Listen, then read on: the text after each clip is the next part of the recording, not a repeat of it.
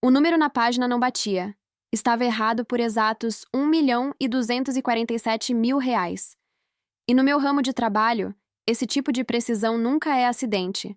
Coloquei minha xícara de café na mesa sem fazer barulho. Não entrei em pânico. Não ofeguei. Apenas olhei para aquele valor da mesma forma que olho para cada declaração de imposto de renda que passa pela minha mesa, com o entendimento quieto e frio de que alguém havia feito uma escolha e que essa escolha iria custar caro. O que eu não esperava era que esse alguém fosse minha própria mãe. Deixa eu voltar um pouco. Meu nome é Marina. Tenho 31 anos. Sou advogada tributarista, o que significa que passo a maior parte da minha vida dentro de planilhas, documentos de inventário e correspondências da Receita Federal, procurando aquilo que não se encaixa. As pessoas acham que é um trabalho entediante. Estão erradas. Números contam histórias. Às vezes elas contam as histórias mais devastadoras que você já ouviu. E às vezes elas contam a sua própria história de volta para você, de uma forma para a qual você não estava preparada. Minha avó faleceu em fevereiro. Ela tinha 83 anos, lúcida até o final. O tipo de mulher que fazia palavras cruzadas à caneta e nunca pediu ajuda. Ela criou 4 filhos, praticamente sozinha depois que meu avô morreu jovem. Transformou um pequeno negócio de faxina em algo real e quietamente, metodicamente, acumulou uma vida que valia a pena deixar para trás.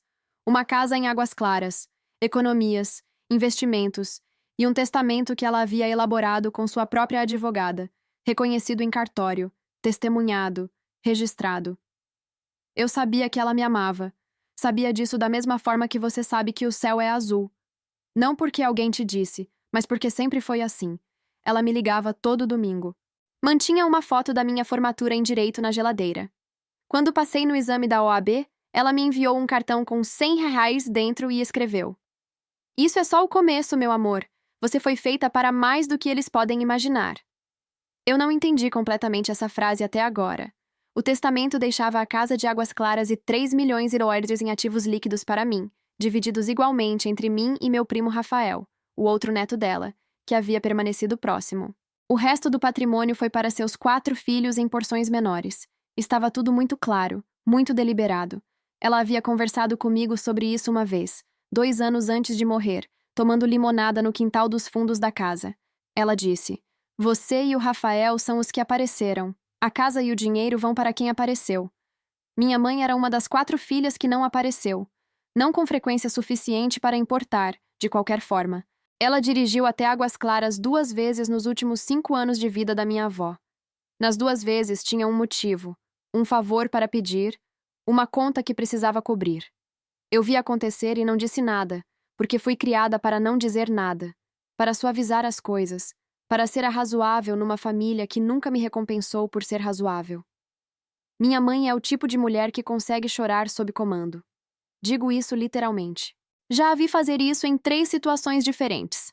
Uma arrecadação de fundos da igreja, uma reunião de pais e mestres e uma vez numa concessionária de carros. E todas as vezes alguém lhe deu o que ela queria em questão de minutos. Ela tem um dom para isso. Ela pode pegar qualquer situação e reformulá-la até que ela seja a ferida, a negligenciada, a que merece mais. Quando o testamento foi lido e ela ouviu os números, ela não chorou. Ela ficou muito quieta. Vi sua mandíbula se apertar. Vi seus olhos fazerem o cálculo. Aquilo deveria ter sido meu aviso. A ligação veio 12 dias depois do funeral. A voz da minha mãe estava calorosa de uma forma que imediatamente fez os pelos do meu braço se arrepiarem. Ela disse que a advogada do inventário da vovó havia cometido alguns erros administrativos nos documentos originais e que havia uma versão corrigida que eu precisava revisar e assinar. Disse que era só papelada. Disse que levaria 20 minutos. Disse que estava fazendo meu macarrão favorito e que eu deveria passar lá em casa para resolvermos tudo durante o jantar. Eu disse que pensaria a respeito. Então liguei para o Rafael. Ele havia recebido a mesma ligação. Mesma voz calorosa, mesmos erros administrativos, mesmo macarrão. Conversamos por 2 horas naquela noite. Rafael é arquiteto, não advogado, mas é metódico e cuidadoso, e não se abala facilmente. Ele disse algo que se alojou no meu peito e não me deixou ir. "Marina, a vovó usou a mesma advogada por 19 anos. Aquela mulher não comete erros administrativos." Ele estava certo. Eu sabia que ele estava certo no segundo em que disse isso. Eu havia conhecido a advogada, uma mulher chamada Doutora Patrícia, na leitura do testamento. Ela era precisa, cuidadosa, o tipo de pessoa que confere 3 vezes. Ela me entregou uma cópia do testamento, e quando fiz uma pergunta sobre a estrutura do trust, ela respondeu sem olhar para suas anotações. Doutora Patrícia não cometia erros administrativos. Não disse nada para minha mãe. Disse que iria jantar. Marquei a data e então fiz o que faço no meu trabalho. Comecei a investigar. A primeira coisa que encontrei foi o carimbo do cartório nos documentos que minha mãe me enviou por e-mail como prévia. O número de registro do tabelião era real. Conferi. Mas o formato do carimbo estava errado. Carimbos de cartório do Distrito Federal têm um estilo específico de borda que mudou em 2019. Aquele carimbo tinha o formato antigo, o que significava que ou o tabelião estava usando equipamento desatualizado, ou alguém havia copiado um carimbo antigo e não sabia que as regras haviam mudado. Eu conheço as regras. Esse é o ponto de eu existir. A segunda coisa que encontrei foi uma assinatura. A assinatura da minha avó nos documentos corrigidos que minha mãe havia enviado. Eu tinha dezenas de assinaturas da minha avó, cartões de aniversário, cartas, um bilhete que ela colocou no meu presente de formatura. Peguei todos e coloquei na mesa da minha cozinha. Então imprimi a página que minha mãe havia enviado. A assinatura estava próxima, muito próxima. Quem quer que tivesse feito havia praticado. Mas há uma coisa que minha avó sempre fazia. Um leve laço para a esquerda na cauda do T maiúsculo. O T em Teresa. Ela havia feito assim a vida inteira. Algum hábito da infância que nunca abandonou. A assinatura no documento da minha mãe não tinha aquilo. O laço ia para a direita. Quem quer que tivesse falsificado nunca estudou aquele detalhe específico. Meu estômago revirou. Não porque eu estava surpresa, vinha me preparando para algo assim desde a ligação do Rafael, mas porque eu tinha que entender completamente o que estava vendo. Minha mãe não havia apenas me convidado para jantar. Ela havia falsificado a assinatura da minha avó em documentos legais, projetados para me despojar da minha herança, e estava planejando me servir macarrão enquanto eu os assinava. Sentei com aquilo por um longo tempo, tempo suficiente para meu café esfriar, o quarto escurecer, e eu não ter me movido para acender a luz. A filha em mim queria pegar o telefone e gritar. A advogada tributarista assumiu o controle. Eu precisava que isso fosse hermético. Precisava que minha mãe caminhasse completamente para dentro da armadilha antes de fechá-la. Porque se eu a confrontasse agora, os documentos desapareceriam. Ela negaria tudo. Ela choraria. Ela se tornaria a vítima da própria suspeita da filha, e de alguma forma, eu acabaria pedindo desculpas. Eu havia visto isso acontecer comigo muitas vezes. Liguei para a doutora Patrícia na manhã seguinte, antes das 8 horas, sabendo que ela estaria em sua mesa. Me apresentei, lembrei que nos conhecemos e fiz uma pergunta cuidadosa. Ela havia feito quaisquer emendas ou correções ao testamento da minha avó após a assinatura em janeiro do ano passado. Houve uma pausa. Então, doutora, Patrícia disse muito baixinho. Não. O documento que registrei é o único documento. Nada foi alterado. Outra pausa. Marina, há algo que eu deva saber? Disse que poderia haver. Pedi que ela guardasse aquilo e me desse alguns dias. Ela disse. Claro, mas se alguém está tentando alterar um testamento registrado, isso é um assunto sério. Eu disse que estava ciente disso. Estava mais ciente disso do que qualquer um. O jantar era numa quinta-feira.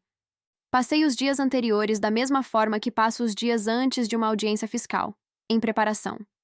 Tão minuciosa que, quando atravesso a porta, já sei como todas as versões possíveis da conversa terminam.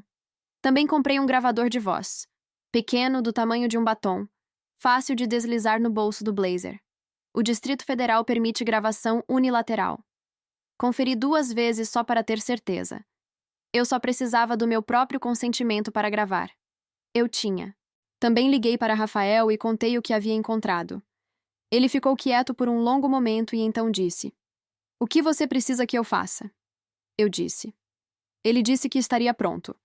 A casa da minha mãe cheirava a alho e tomate quando cheguei. Ela me abraçou na porta. O abraço de corpo inteiro que ela reserva para quando quer algo. Aquele em que ela segura um tempo a mais.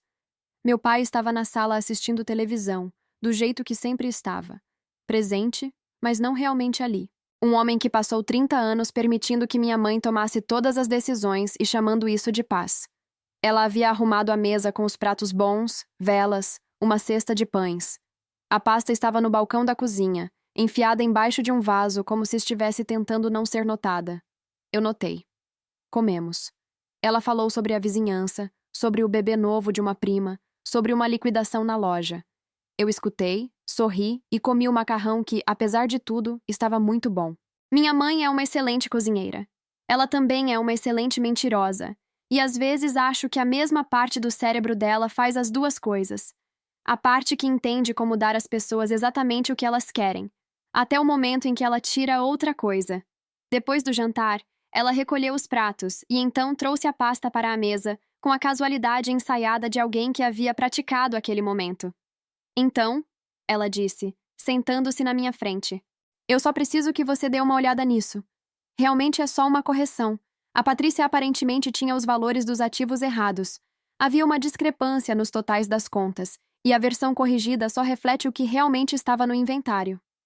Ela deslizou a pasta na minha direção. Eu abri. Levei meu tempo. Virei cada página devagar. Do jeito que viro documentos no trabalho. Visivelmente deliberada, deixando o silêncio se estender. De quais contas são esses números? Perguntei. Ela nomeou 2 corretoras.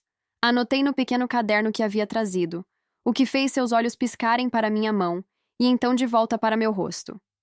E você disse que a doutora Patrícia preparou essa versão? Perguntei. Sim, claro. Ela mesma percebeu o erro. Quando? Uma pequena pausa. Umas 3 semanas atrás. Depois da leitura.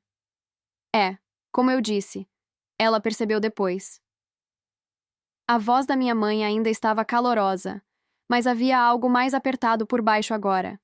Uma corda sendo puxada. Posso ficar com essa cópia? Perguntei. Ela hesitou.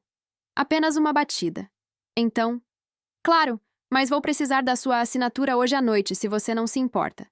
A Patrícia precisa de volta até segunda-feira. Ali estava. O prazo. A pressão embrulhada em educação. Olhei para a linha de assinatura. Olhei para o nome falsificado da minha avó nas páginas anteriores. Olhei para o rosto da minha mãe, tão firme, tão praticado, tão seguro de si. Pensei em cada ligação de domingo, cada cartão de aniversário, a limonada no quintal em Águas Claras. Você foi feita para mais do que eles podem imaginar. Tenho uma pergunta, eu disse. Claro. O carimbo do cartório na página 7. Você sabe qual tabelião a doutora Patrícia usou para esta versão? Só para meus registros.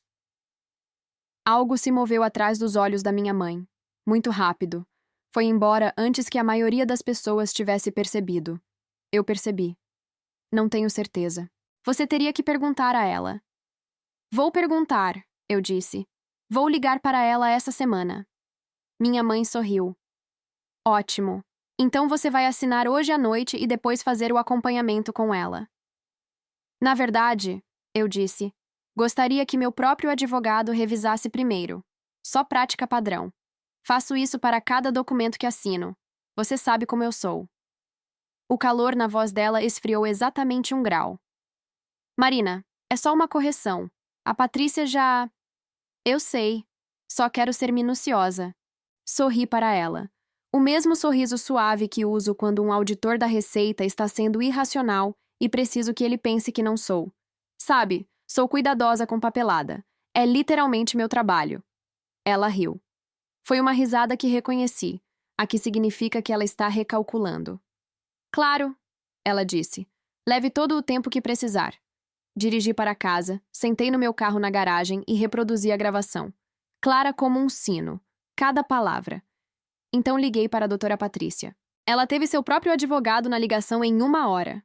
Às 23h daquela noite, eu havia enviado a eles os documentos, a gravação, minhas anotações sobre o carimbo do cartório e fotos das assinaturas autênticas da minha avó ao lado da falsificada. A voz da doutora Patrícia, quando ouviu a gravação, foi o tipo de silêncio que vem de alguém que passou décadas no direito e ainda tem a capacidade de ficar genuinamente chocada. Isso é falsificação, ela disse. Isso é fraude. Isso é uma questão criminal, Marina. Não apenas cível. Eu sabia disso. Eu sabia desde terça-feira. Mas há uma diferença entre saber uma coisa e estar pronta para dizê-la em voz alta no mundo, entregá-la à maquinaria que moía devagar e produzia consequências que você não pode desfazer. Eu estava pronta. O que não havia calculado completamente era o próximo movimento da minha mãe. Ela me ligou no sábado de manhã. O calor havia ido completamente embora. Sua voz tinha uma nova borda. Uma que eu havia ouvido antes, mas não frequentemente. A borda que ela usa quando está cansada de fingir e pronta para lutar. Eu sei que você está falando com a Patrícia, ela disse. Sei o que você acha que encontrou. Antes de fazer qualquer besteira, você precisa entender uma coisa. Sua avó queria que esse dinheiro ajudasse essa família, não só você. Ela me disse isso. Me disse muitas coisas que nunca colocou nos documentos oficiais, porque confiava em nós para fazer a coisa certa. Deixei-a falar. O gravador estava rodando. Você vai destruir essa família por causa de um pedaço de papel, ela disse. É realmente isso que você quer ser? É isso que ela te criou para ser? Ali estava. A invocação. O apelo à mulher cujo nome estava literalmente falsificado nos documentos. Mãe, eu disse muito calmamente. Gostaria de te perguntar uma coisa. Se a vovó disse tudo isso a você, por que ela não disse à doutora Patrícia? Por que ela não alterou o testamento através da própria advogada? Silêncio.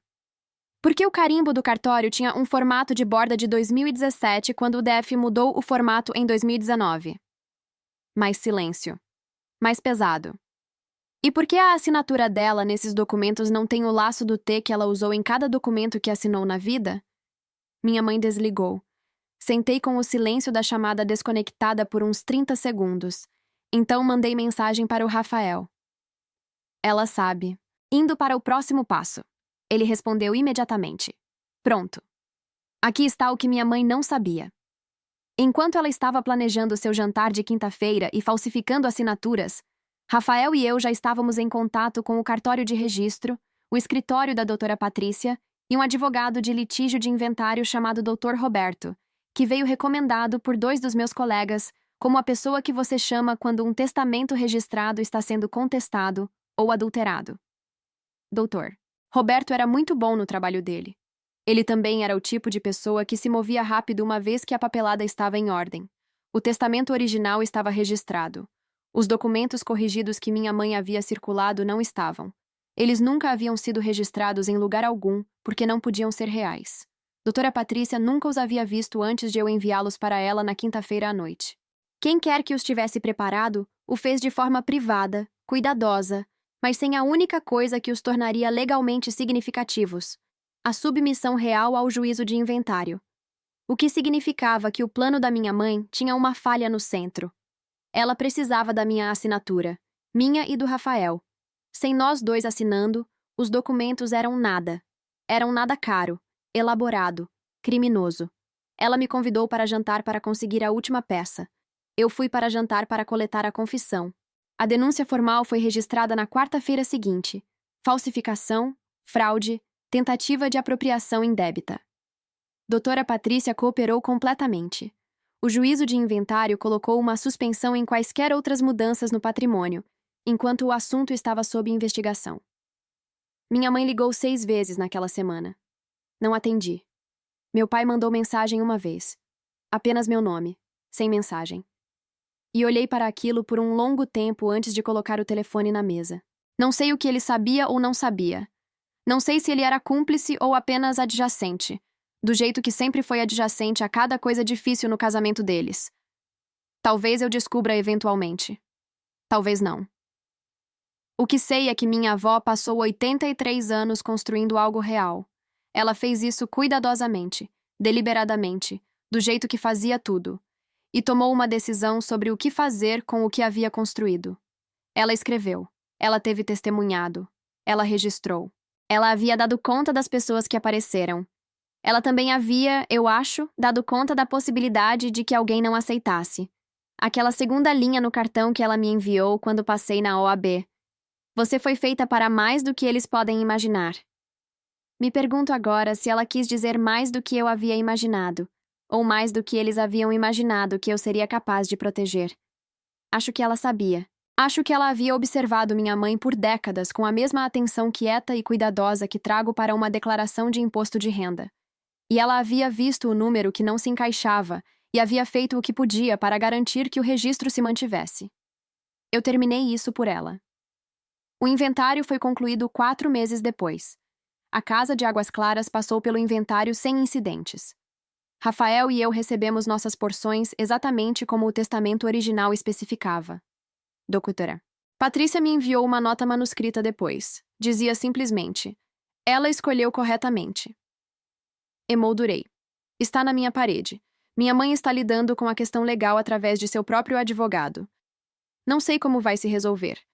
Não sei se haverá acusações criminais ou um acordo civil ou algo completamente diferente. Esse não é mais meu caso para gerenciar. Entreguei ao Dr. Roberto e ao tribunal e deixei a maquinaria fazer o que a maquinaria faz. O que posso te dizer é isto. O dia em que saí do juízo de inventário com a papelada final na minha mão, sentei no meu carro e liguei para o número de telefone da minha avó. Eu sabia que ninguém ia atender. Sabia que o número provavelmente havia sido desconectado meses atrás. Mas liguei mesmo assim e escutei o silêncio e disse em voz alta: eu apareci. Dirigi para casa, fiz café, abri meu laptop e voltei ao trabalho. Porque aqui está a questão.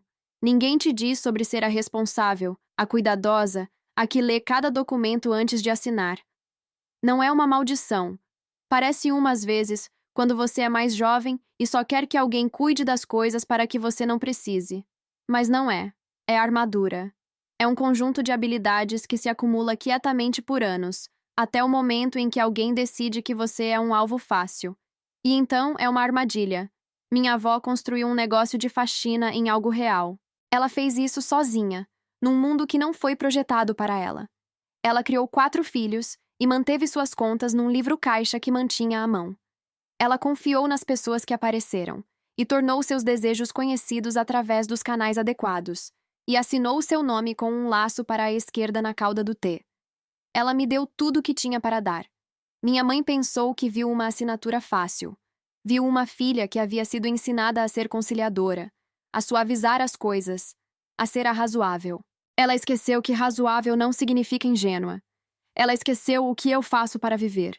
Ela esqueceu que o número na página nunca mente.